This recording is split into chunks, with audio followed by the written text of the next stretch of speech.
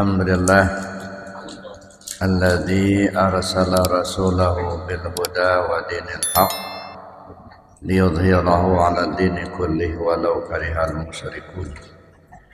Asyhadu an la ilaha illallah wahdahu la syarika lah wa asyhadu anna Muhammadan 'abduhu wa rasuluhu la nabiyya ba'dah. Allahumma shalli 'ala sayyidina Muhammad wa 'ala alihi wa ashabihi ajma'in. Qala Allah Ta'ala fil Qur'anil Karim, a'udzu billahi minasy syaithanir rajim. Bismillahirrahmanirrahim. Laqad kana lakum fi Rasulillahi uswatun hasanah liman kana yarjullaha wal yawmal akhir wa dzakarallaha katsiran. Shadaqallahul azim. Yang saya hormati dan yang saya banggakan, saya cintai Bapak Ketua Porjalimas 38, Bapak Haji Dadang Suwanti beserta Ibu, dan yang saya hormati juga jajaran pengurus dari Majelis Zikir Porjalimas 38 yang sempat hadir pada kesempatan ini, dan yang saya hormati Bapak DKM Masjid Al-Jihad. Alhamdulillah pagi ini kita mengawali kembali. Saya katakan mengawali kembali karena kita pernah berlalang buana. Dulu pernah di sini, kemudian kita tinggalkan sementara, hanya balik lagi ke sini. Mudah-mudahan semuanya ada hikmahnya. Dan terima kasih banyak pada DKM Masjid Al-Jihad yang sudah menjadwalkan kembali ada kegiatan pengajian di Al-Jihad. Insyaallah di lain waktu kita juga akan jadwalkan di Asatar. Jadi semuanya itu adalah saudara kita semua. Tidak ada yang kita angkat satu, kita lepaskan satu, enggak. Kita ambil semua karena bagaimanapun itu adalah saudara kita semua. Yang saya hormati bapak-bapak, para jamaah rahimakumullah. Kini kita berada di bulan kelahiran junjungan kita Nabi Muhammad SAW, bulan Rabiul Awal. Kita tahu bahwa di bulan Rabiul Awal ini di mana-mana sedang dilaksanakan peringatan hari kelahiran junjungan kita Nabi Muhammad SAW. Tentu kita ingin menggali, mencontoh apa yang telah beliau tampilkan dalam kehidupan beliau dan ingin kita laksanakan dalam kehidupan kita. Karena sebagaimana ayat Al-Quran yang saya baca di awal tadi, Allah menjelaskan bahwa laqad kana lakum fi Rasulillah uswatun hasanah.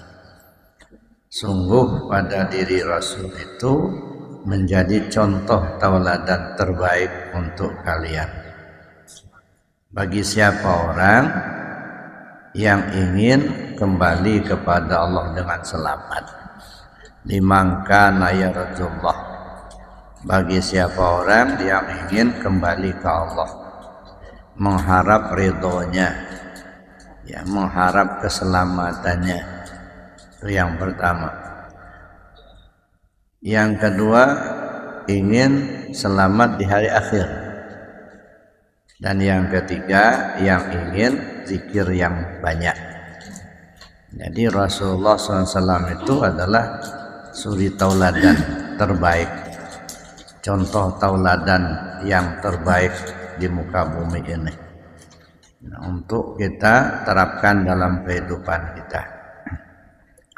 Sungguh banyak yang bisa kita kaji, yang bisa kita contoh dari kepribadian beliau. Tapi rasanya tidak cukup waktu untuk kita bahas secara lengkap pada pagi hari ini, karena waktu sangat terbatas. Oleh karena itu kita lihat ya apa saja yang perlu kita contoh dari Nabi. Mungkin kita sering ya lantunkan dalam doa, Allahumma rzuqna mutaba'atan nabiyyina Muhammadin sallallahu alaihi wasallam awalan wa akhiran wa zahiran wa batinan wa qawlan wa fi'lan wa ta'atan wa ibadatan wa amalan salihah. Jadi ada 9 poin yang menurut saya ini perlu kita contoh ya. Banyak yang lainnya, tapi paling tidak 9 poin ini menjadi perhatian khusus ya untuk kita contoh. Allahumma rzuqna, ya Allah berikanlah kepada kami kemampuan mutaba'atan nabiyyina Muhammadin sallallahu alaihi wasallam untuk mengikuti junjungan kami Nabi Muhammad sallallahu alaihi wasallam. Apa yang kita minta untuk kita ikuti? Pertama, awalan, awal Muhammad, akhiran, akhir Muhammad, zahiran, zahir Muhammad, batinan, batin Muhammad. Nah, 4 ini urusan ke dalam, ini urusan tasawuf, urusan hakikat, awalan, akhiran, zahiran, batinan. Kemudian urusan keluar, qaulan, fi'lan, ta'atan, ibadatan, amalan salihah.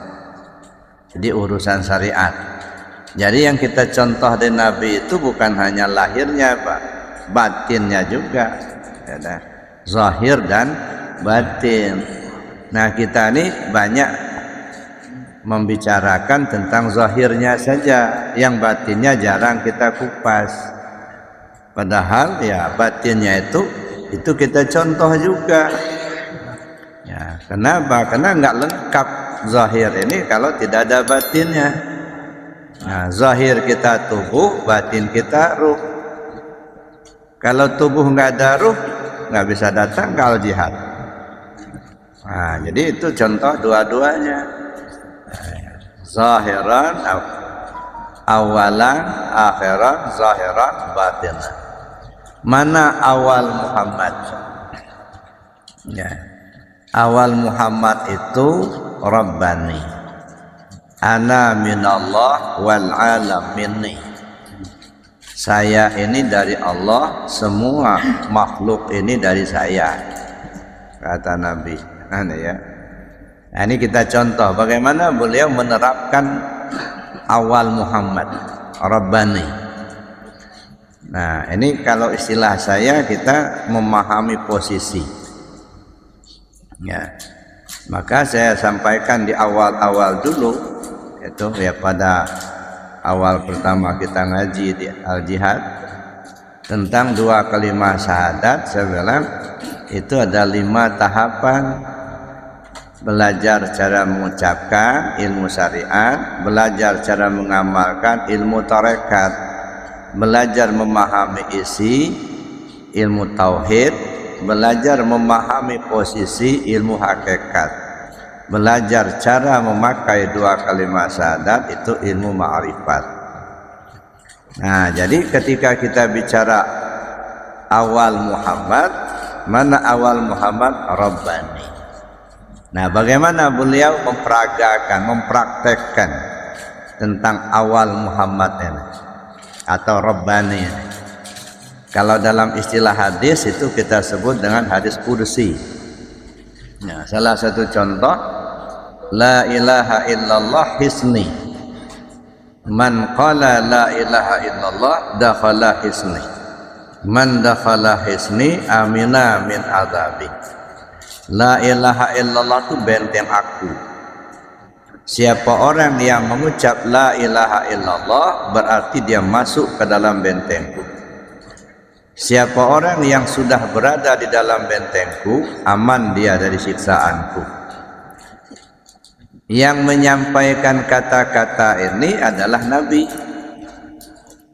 junjungan kita, Nabi besar Muhammad SAW. Itu yang menyampaikan. Tapi ku-nya itu Allah. Nah, dalam istilah hadis ini disebut hadis qudsi. Tapi ketika kita menggali ya dalam kajian hakikat, dalam kajian tasawuf, kenapa kok yang menyampaikannya Nabi, kok pengertiannya itu Allah?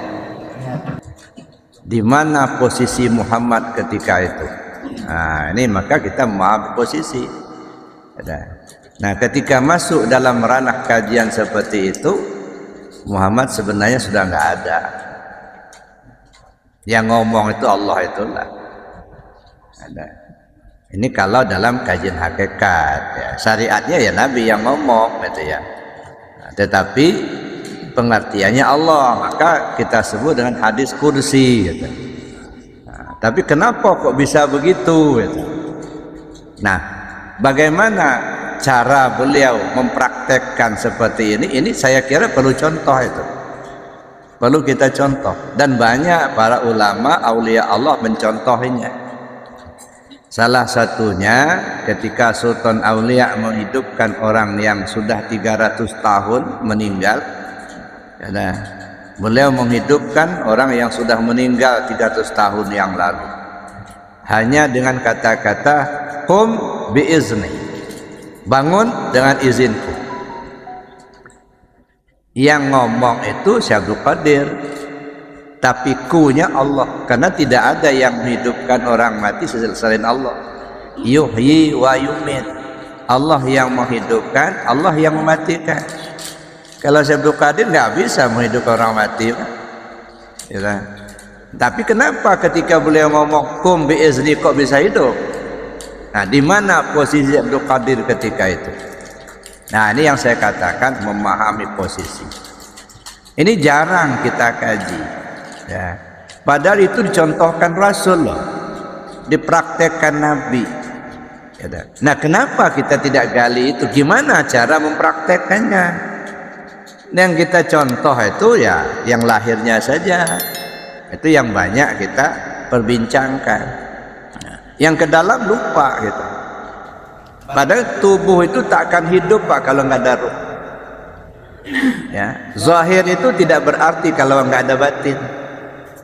Kenapa kita berkutat di zahir tapi kita lalaikan yang di batin? Nah, nggak akan mungkin kita ketahui yang batin tanpa tasawuf. Nah, kalau begitu kira-kira belajar tasawuf itu perlu apa enggak ya?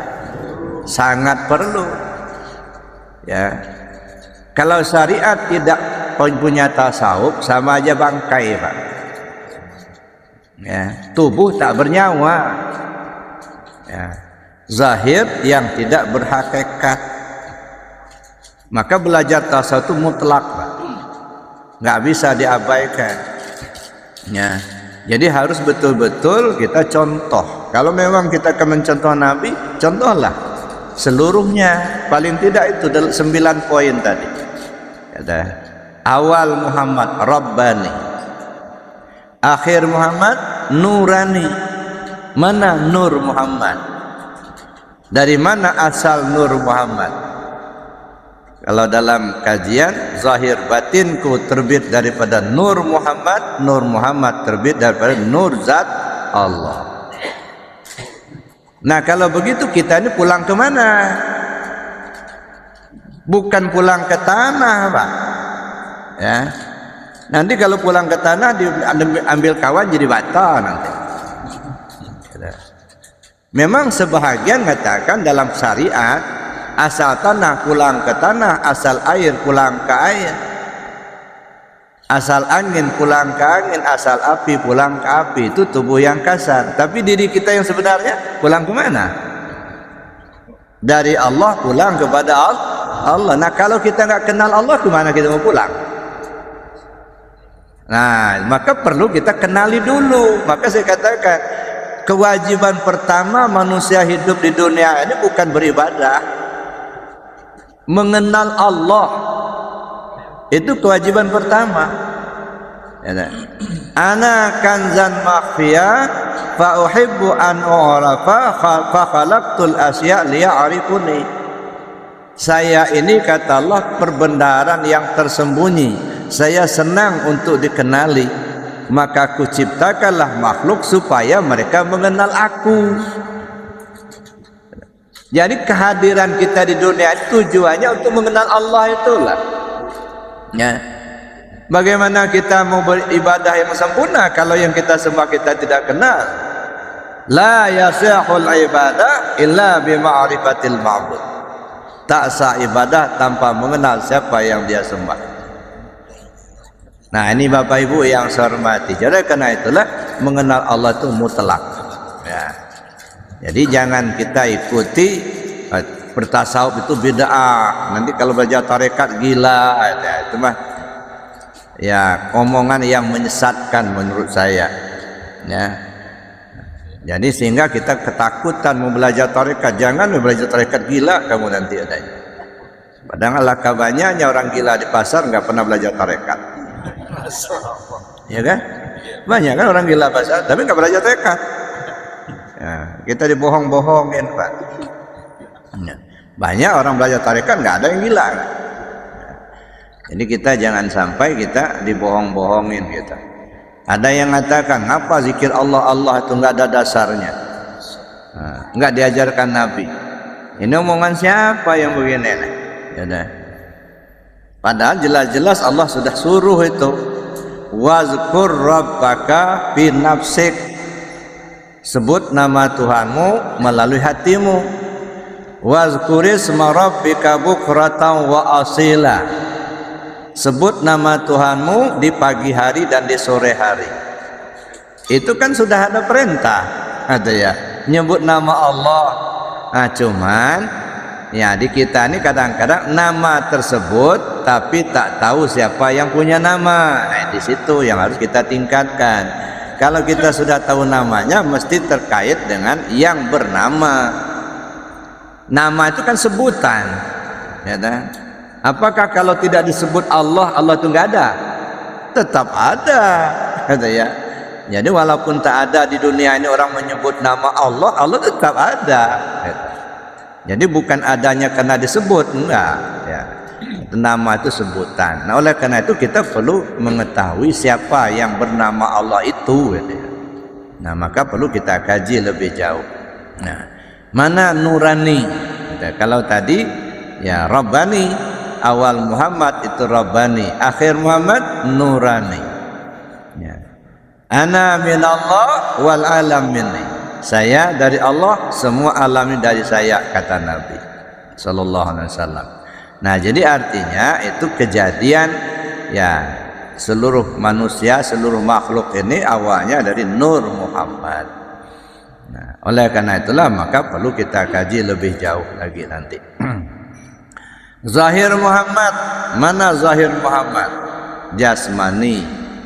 Ya. Batin Muhammad nuran, ruhani. Jadi awal Muhammad Rabbani, akhir Muhammad nurani, zahir Muhammad jasmani, batin Muhammad ruhani. Nah, tinggal lagi mengkaji lebih jauh, itu kajian ke dalam, kajian tasawuf. Nah, yang keluar, yang syariat, qaulan, fi'lan, ta'atan, ibadatan, amalan solehah. Ini urusan syariat. Bagaimana perkataannya, apa yang beliau sampaikan perlu kita ikuti. Ya, apa yang beliau perintahkan kita laksanakan, apa yang beliau larang kita tinggalkan. Nah, perkataan beliau, makanya sunnah itu ada yang disebut dengan sunnah qauliyah, ada sunnah fi'liyah, ada sunnah taqririyah. Jadi apa yang beliau sampaikan kita ikuti, kita laksanakan. Apa yang beliau perbuat kita ikuti, kita tiru. Dan apa yang menjadi ketetapan beliau, bisa saja beliau tidak menyampaikan, beliau tidak memperbuat, tetapi beliau tahu ada sahabat yang melakukan sesuatu tapi beliau diam, tidak melarangnya, tidak pula menyuruh. Itu namanya takrir beliau. Nah itu banyak juga ya yang yang dipraktekkan oleh kaum muslimin atau para ulama kita ya, dari takririyah ya. Oleh karenanya Bapak Ibu yang saya hormati, di dalam kita memperingati hari kelahiran junjungan kita Nabi besar Muhammad SAW, ini sebenarnya momentum kita untuk mengevaluasi ya, mengevaluasi diri kita sendiri, apa yang sudah kita perbuat dari ajaran yang disampaikan oleh Rasulullah Sallallahu Alaihi Wasallam. Nah, jadi kita coba evaluasi dari hari ke hari, dari tahun ke tahun. Mungkin tahun yang lalu kita belum ikut ya mengamalkan zikir, gitu. Belum. Nah, sekarang tahun ini alhamdulillah sudah ikut mengamalkan zikir. Dulu belum kita bergabung dengan Porja Limas 38. Nah sekarang alhamdulillah sudah bergabung ke Porja Limas 38 gitu ya. Nah saya tidak tahu persis kenapa ada lambang 38.